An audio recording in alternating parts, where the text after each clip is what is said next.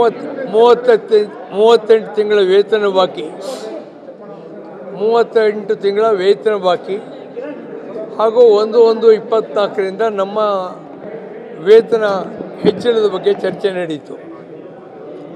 ಅಂತಿಮವಾಗಿ ಸರ್ಕಾರದಿಂದ ಮುಖ್ಯಮಂತ್ರಿಗಳು ನಮಗೇನು ಹೇಳಿದರು, 2 ವರ್ಷದ ಅರಿಯರ್ಸ್ ಕೊಡ್ತೇವೆ ಅಂತ ಹೇಳಿದರು. 2 ವರ್ಷ ಕೊಡ್ತೀವಿ, 2 ವರ್ಷದ ಬಿಟ್ಟು ಕೊಡಬೇಕು ಅಂತ. ಅದರಿಂದ ಅದಕ್ಕೆ ನಮಗೆ ಸಮಸ್ಯೆ ಇಲ್ಲ.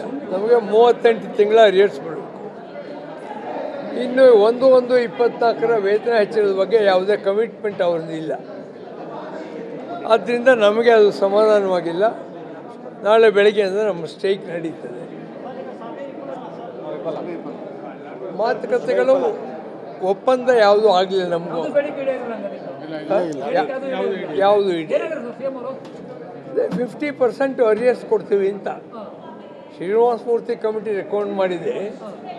2 ವರ್ಷದ ಅರಿಯರ್ಸ್ ಕೊಡೋದಕ್ಕೆ ಅದನ್ನು ಸರ್ಕಾರ ಕಷ್ಟ ಆದರೂ ನಾವು ಕೊಡ್ತೀವಿ. 2 ವರ್ಷ 38 ತಿಂಗಳ ಅರಿಯರ್ಸ್ ಅಲ್ಲಿ ಕೇವಲ 14 ತಿಂಗಳು ಕೊಡ್ತೀನಿ ಅಂತ ಹೇಳಿದ್ರು. 24 ತಿಂಗಳು ಕೊಡಕ್ ಆಗಲ್ಲ ಅಂತ ಆಗೋದಿಲ್ಲ. ಮತ್ತೆ ಮುಂದಿನ ವೇತನ ಪರಿಷ್ಕರಣೆ ಬಗ್ಗೆನೂ ಏನು ಕಮಿಟ್ಮೆಂಟ್ ಕೊಟ್ಟಿರೋದಿಲ್ಲ. ಸೊ ಅದರಿಂದ ನಾಳೆ ಬೆಳಗ್ಗೆಯಿಂದ ನಮ್ಮ ಮುಷ್ಕರ ಜಾರಿಗೆ ಇರುತ್ತೆ. ಸಾರಿಗೆ ನಿಗಮಗಳ ನೌಕರರು ಮುಷ್ಕರ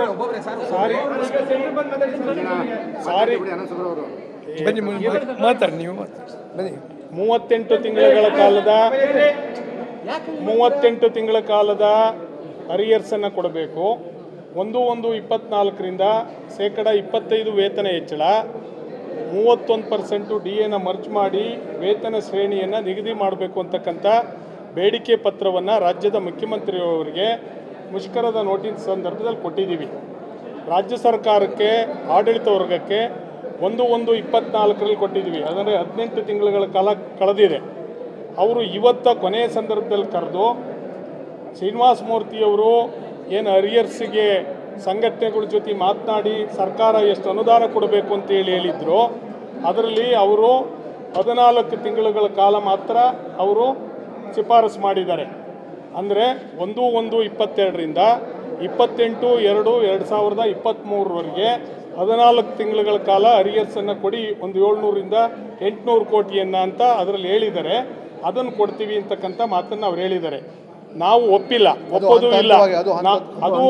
ಅದನ್ನು ಇನ್ಸ್ಟಾಲ್ಮೆಂಟಲ್ಲಿ ಅಂತ ಹೇಳಿದ್ದಾರೆ. ನಾವು ಒಪ್ಪಲಿಕ್ಕೆ ತಯಾರಿಲ್ಲ. ಯಾಕೆಂದರೆ 1/1/20ರಿಂದ 28/2/2023ವರೆಗೆ 38 ತಿಂಗಳ ಕಾಲ ಅರಿಯರ್ಸ್ ಕೊಡಬೇಕು. ಒಂದನೇದು.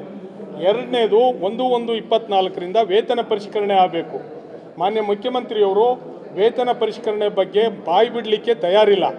ಆದ್ದರಿಂದ ಸಾರಿಗೆ ನಿಗಮಗಳಲ್ಲಿ ಆಗಸ್ಟ್ 5 ಅಂದರೆ ನಾಳೆಯಿಂದ ಏನು ಮುಷ್ಕರ ಆರಂಭ ಆಗಬೇಕು, ಆ ಮುಷ್ಕರವನ್ನು 100ಕ್ಕೆ 100 ಯಶಸ್ವಿಯಾಗಿ ನೌಕರರು ನಡೆಸಬೇಕು ಅಂತೇಳಿ ನಾವು ವಿನಂತಿ ಮಾಡ್ತೀವಿ.